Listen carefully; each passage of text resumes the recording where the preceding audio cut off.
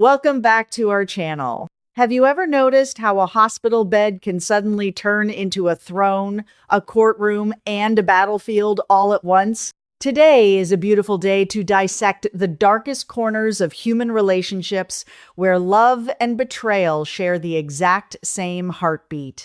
Let us dive right in. If you ask me, the greatest illusion in any marriage is the belief that you have complete control over your partner's past. We see this all the time, right? People think a wedding ring is a magical eraser that wipes away decades of history. It is not. And nowhere is this more terrifyingly obvious than in the current vicious war raging around Bill. Bill is lying in a hospital bed, his body failing him in ways he never anticipated. He has just survived a catastrophic health crisis, a collapse that required a pacemaker and left his entire family in an absolute panic. But this is not just a, standard medical emergency. This is the epicenter of a psychological earthquake. His health is no longer just a medical chart. It has become the ultimate vulnerability, the glaring weak point in a high-stakes game of survival.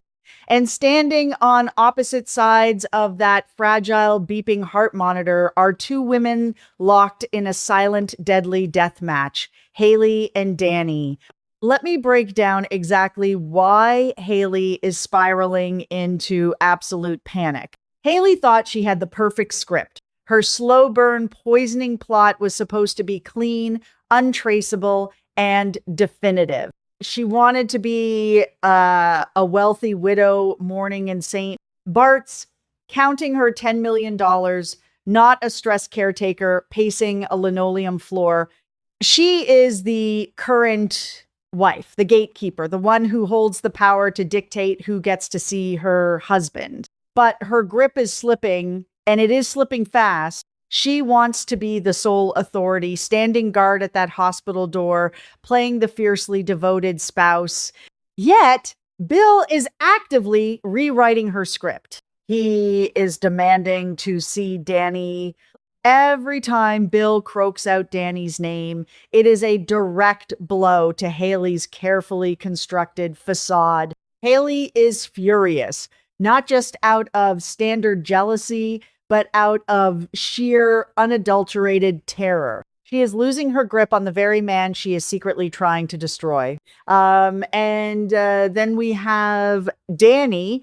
If you thought Danny was just going to stand in the hallway and politely wait for permission, you are entirely mistaken. Danny is no longer playing the passive ex-wife. She is stepping right into the line of fire. She flat out defends her right to be at Bill's side, staring Haley down in the middle of a sterile hospital room.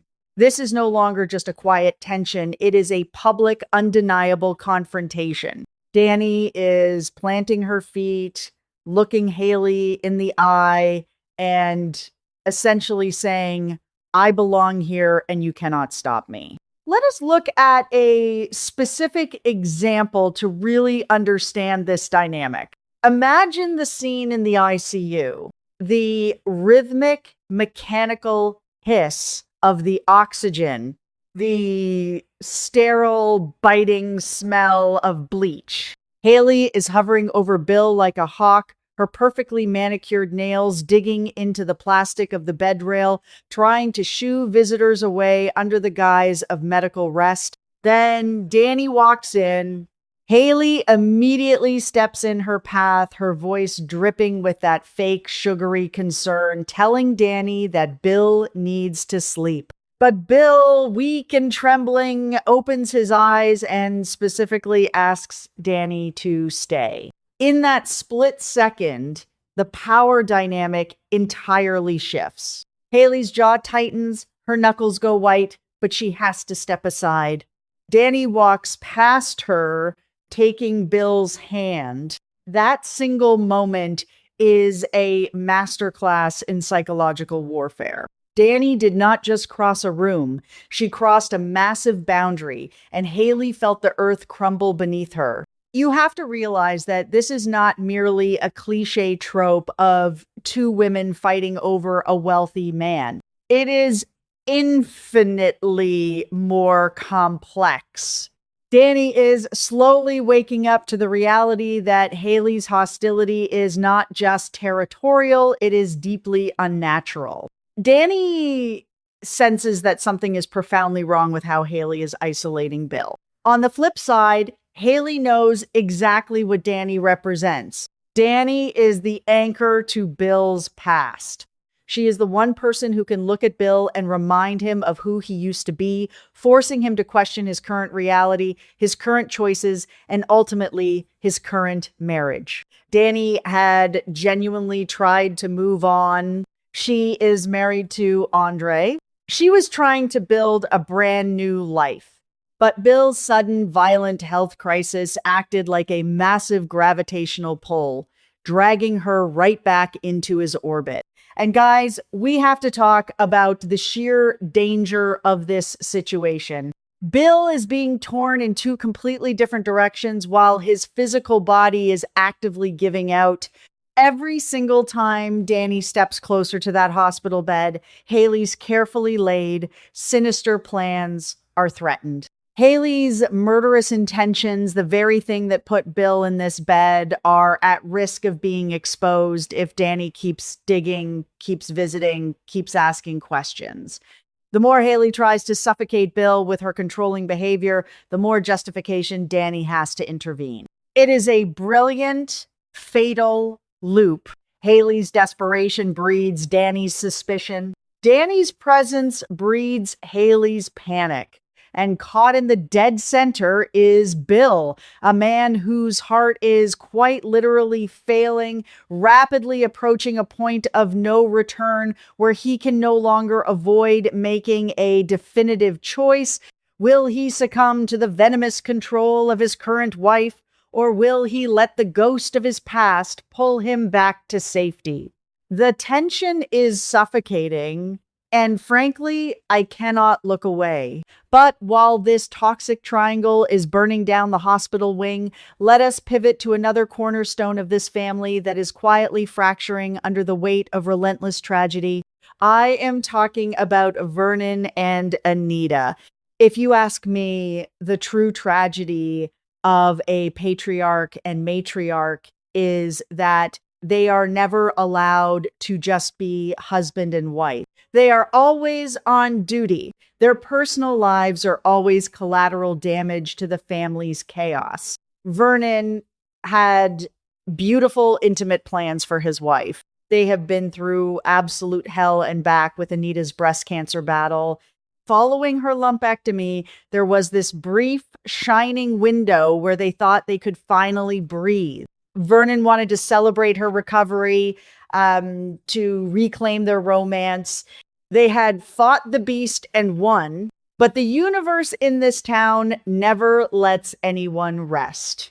Just as they are trying to rebuild their private sanctuary, a massive bomb drops right in their living room. Naomi tests positive for the BRCA gene. Let me give you a specific example of how devastating this timing is. Picture Vernon having finally poured 2 glasses of expensive wine. The crystal glasses catch the dim, amber light of the chandelier.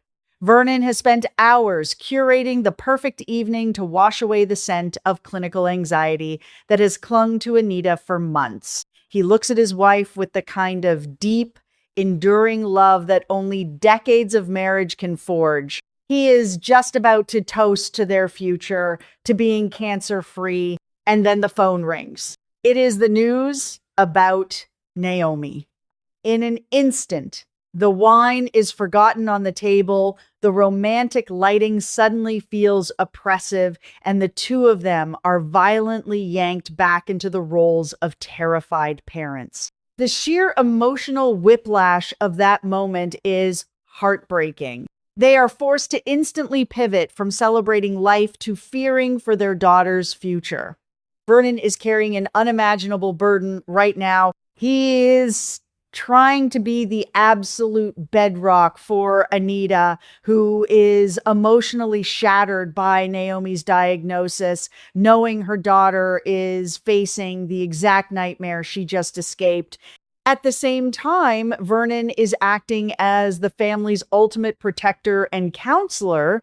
He is the one stepping into Bill's hospital room, trying to talk sense into a stubborn, dying man. He is managing the chaos of his daughters, the external threats, the sheer noise of a family in perpetual crisis. Vernon and Anita are desperate for just one quiet evening, one moment of peace, but the relentless tide of family emergencies keeps washing it away. It makes you wonder, how long can a man hold up the sky before his own shoulders break? Now, amidst all this chaos, something truly fascinating and unexpected is happening. If you had told me a year ago that Bill and Ted would become a profound source of support for one another, I would have laughed out loud. But trauma has a funny way of rewriting the rules of friendship. Bill and Ted are forging a deep, unexpected bond built entirely on the foundation of shared history and mutual survival. Think about it. Both of these men have been through the absolute ringer when it comes to love, family, and catastrophic health crises. Bill is currently navigating a terrifying physical decline and a messy emotional entanglement with Danny. Ted, on the other hand, has his own chaotic history with Nicole and the recent horrifying trauma of Eva's near-death experience and liver transplant. They have spent entirely too much time pacing the same sterile hospital waiting rooms, drinking the same terrible vending machine coffee, and praying for the same family members. Here is a specific example of how this bond manifests. Imagine Bill sitting in a wheelchair near the hospital gardens, looking utterly defeated, his usual arrogance stripped away by the reality of his pacemaker. Ted sits down next to him. They do not start with deep philosophical declarations. They start by talking about a shared memory. The bitter taste of the black coffee in those flimsy styrofoam cups acts as a catalyst. Ted looks at the harsh fluorescent lights, laughing bitterly about a time Nicole threw a vase in a fit of rage, and Bill nods, remembering his own explosive, passionate arguments with Danny. They realize they both viewed their past events completely differently. Ted saw it one way, Bill saw it another. But in dissecting that memory, they find a sudden, striking common ground. They realize they are the only two men who truly understand the unique madness of loving the women in this family. This conversation sparks a brand new level of trust. Ted knows exactly what it is like to be haunted by a complicated ex, having navigated his own messy feelings for Nicole before finally finding solid ground with Shanice. Because Ted has walked through that fire and come out the other side, he is uniquely positioned to understand Bill's current paralysis regarding Danny. He can see the trap Bill is in, not just with Danny, but with the suffocating, dangerous presence of Haley. Bill is being forced to look at his past relationships through a completely new lens, and Ted is acting as a mirror. Both men are looking back at the wreckage of their previous marriages and the consequences of their past choices. Ted is dealing with the fallout of his past while trying to build a future, and he is quietly challenging Bill to do the same. Will Bill learn from Ted's journey? Can Ted's hard-won wisdom penetrate Bill's stubborn shell before Haley's lethal intentions become a reality? The board is set, guys. We have Haley tightening a noose that is slowly slipping from her fingers. We have Danny standing her ground, unaware of just how dangerous her rival truly is. We have Vernon and Anita sacrificing their own happiness to keep their family from drowning in bad news. And we have Ted quietly guiding Bill through the darkest corridor of his life. The pressure in this hospital is building to a catastrophic explosion. The only question left is when the monitor finally flatlines, whose name will Bill call out? Keep your eyes open because the next move is going to change everything.